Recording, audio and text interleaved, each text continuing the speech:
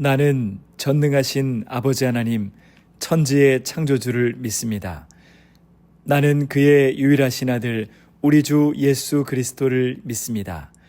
그는 성령으로 잉태되어 동정녀 마리아에게서 나시고 본디오 빌라도에게 고난을 받아 십자가에 못 박혀 죽으시고 장사된 지 사흘 만에 죽은 자 가운데서 다시 살아나셨으며 하늘에 오르시어 전능하신 아버지 하나님 우편에 앉아 계시다가 거기로부터 살아있는 자와 죽은 자를 심판하러 오십니다. 나는 성령을 믿으며 거룩한 공교회와 성도의 교제와 죄를 용서받는 것과 몸의 부활과 영생을 믿습니다. 아멘.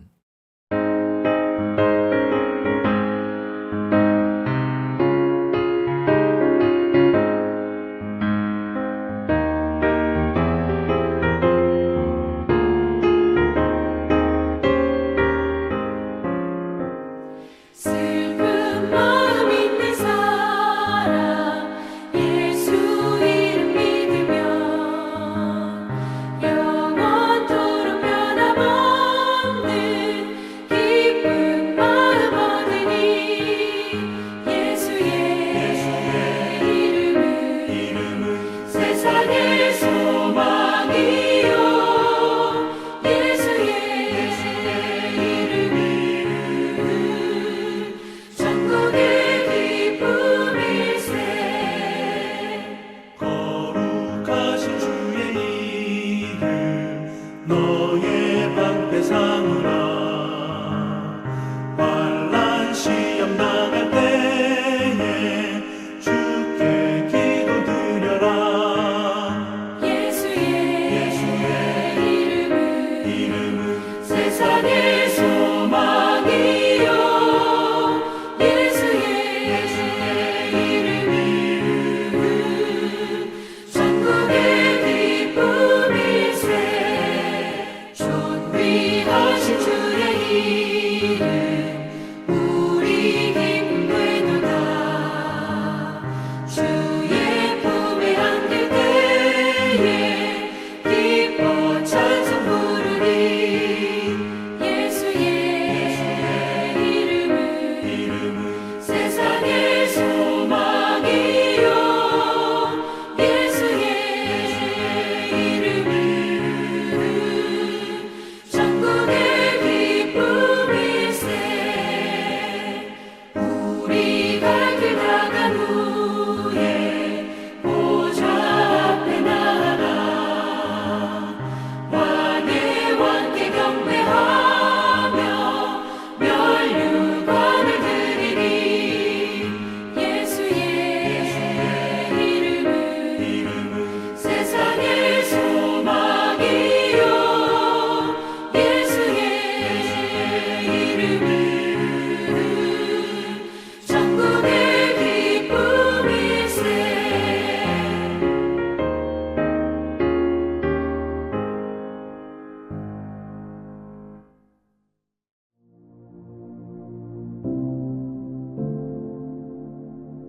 사랑과 은혜가 풍성하신 하나님 감사합니다. 우리를 자녀 삼으시고 가정을 허락하셔서 우리 가정이 오늘도 우리의 참 주인이신 하나님께 가정 예배를 드립니다. 십자가의 보혈로 우리를 죄에서 날마다 구해주시는 사랑의 하나님 감사합니다. 하나님이 만드시고 지금도 세워주시는 가정마다 믿음의 반석 위에 든든히 세워지는 가정들이 되게 하여 주시옵소서. 은혜의 하나님, 이 시간도 마음의 소원을 두고 한 믿음과 한 마음으로 예배를 사모하는 가정들을 기억하여 주시옵소서.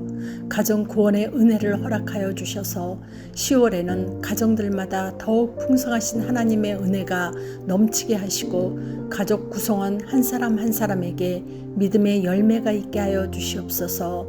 지금도 세상은 여러 악한 문화들로 자신의 쾌락이 행복인 것처럼 위장하며 가정을 무너뜨립니다. 가정마다 창조주 하나님을 기억하고 말씀 안에서 분별력을 주셔서 때로는 갈등과 고난이 올지라도 항상 기뻐하고 범사에 감사하며 하나님께 먼저 기도하는 가정, 하나님의 은혜를 구하는 가정, 사랑으로 화목함을 이루어가는 가정 되게 하여 주시옵소서. 오늘도 말씀 속에서 하나님의 마음을 알게 하시고 하나님의 선하신 뜻을 따라 사랑하며 살아가는 믿음의 복된 가정으로 세워 주시옵소서. 감사드리며 지금도 살아계셔서 우리 가정과 함께 하시는 예수님 이름으로 기도합니다. 아멘. 오늘 우리에게 주신 하나님의 말씀은 창세기 12장 1절에서 3절까지의 말씀입니다. 여호와께서 아브라함에게 이르시되 너는 너의 고향과 친척과 아버지의 집을 떠나 내가 내게 보여준 땅으로 가라. 내가 너로 큰 민족을 이루고 내게 복을 주어 내 이름을 창대하게 하리니 너는 복이 될지라. 너를 축복하는 자에게는 내가 복을 내리고 너를 저주하는 자에게는 내가 저주하리니 땅의 모든 족속이 너로 말미암아 복을 얻을 것이라 하신지라. 아멘.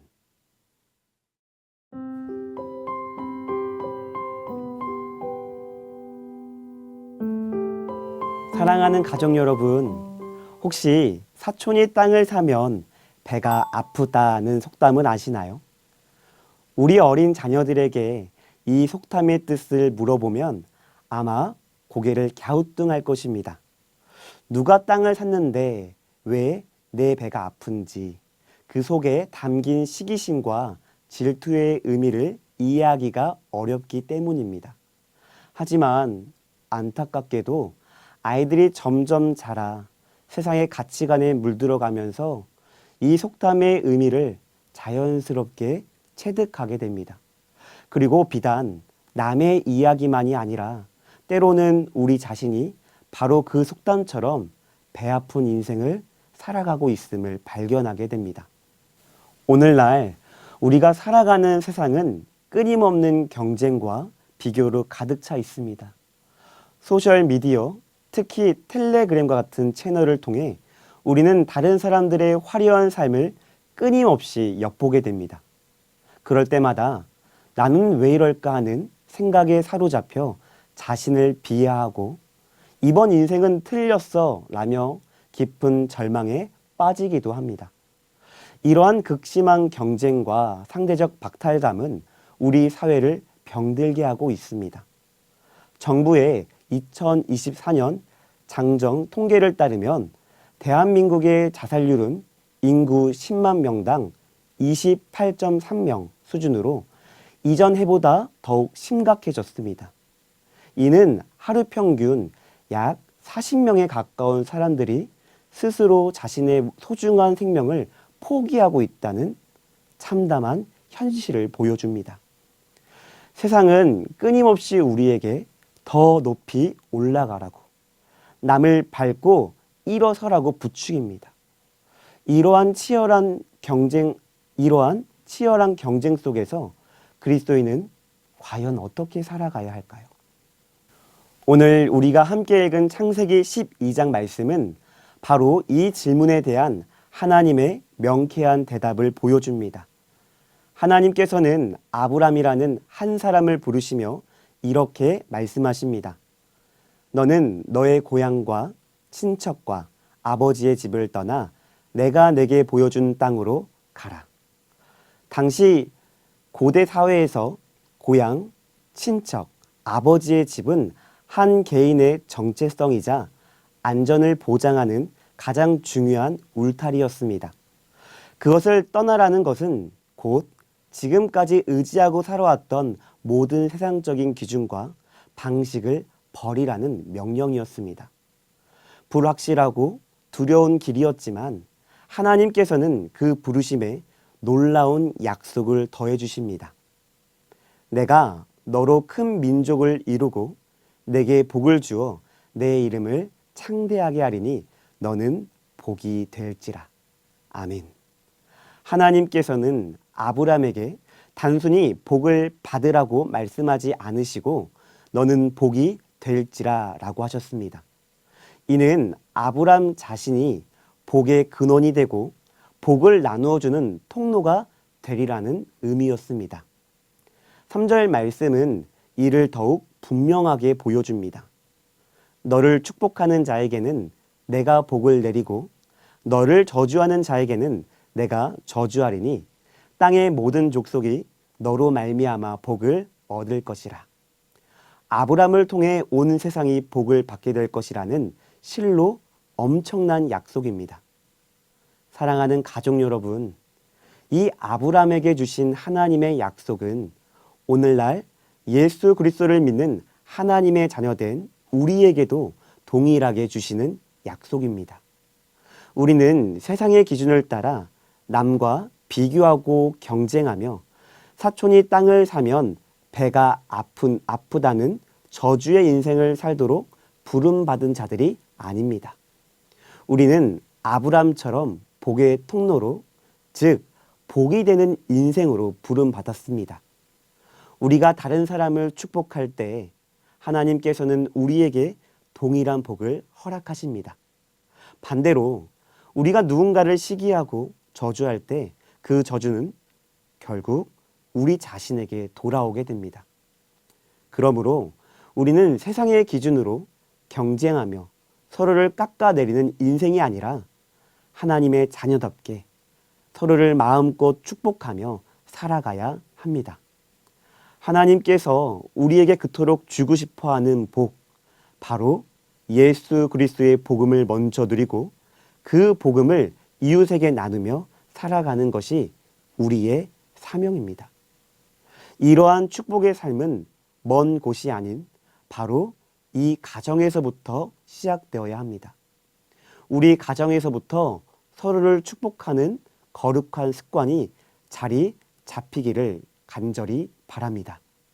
부모는 자녀를 축복하고 자녀는 부모님께 감사하며 부부간에 서로를 존중하고 축복의 말을 아끼지 않을 때 우리 가정은 세상의 어떠한 시기와 질투도 틈탈 수 없는 견고한 축복의 공동체가 될 것입니다. 말씀을 정리하겠습니다. 세상은 우리에게 끊임없이 경쟁하고 비교하며 살라고 말합니다. 그러나 하나님은 우리에게 너는 복이 될지라 라고 말씀하십니다. 우리에게는 다른 사람을 축복할 수 있는 놀라운 권한이 주어졌습니다. 오늘부터 우리에게 주신 이 축복의 권한을 사랑하는 자녀들과 이웃들에게 마음껏 사용하시기를 바랍니다. 너는 잘 될 거야. 하나님이 너를 사랑하셔. 너는 정말 소중한 존재야. 와 같은 축복의 말을 흘려보낼 때 우리 가정은 이 땅의 작은 에덴 동산, 작은 하나님의 나라를 건설하게 될 것입니다. 세상의 저주와 절망의 소리가 아닌 서로를 살리고 세우는 축복의 언어가 가득한 복된 가정이 되기를 간절히 바랍니다. 기도하겠습니다.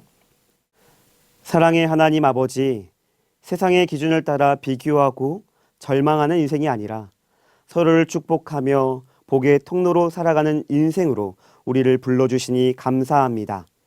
오늘 주신 말씀처럼 우리 가정이 먼저 서로를 축복하는 거룩한 습관을 갖게 하시고 하나님께서 주신 축복의 권한을 자녀들과 이웃들에게 아낌없이 나누게 하여 주시옵소서. 그리하여 우리 가정을 통해 하나님의 나라가 확장되고 많은 이들이 우리를 통해 하나님의 복을 누리게 되는 놀라운 역사가 일어나게 하여 주시옵소서. 모든 은혜에 감사드리오며 예수님의 이름으로 기도드립니다. 아멘.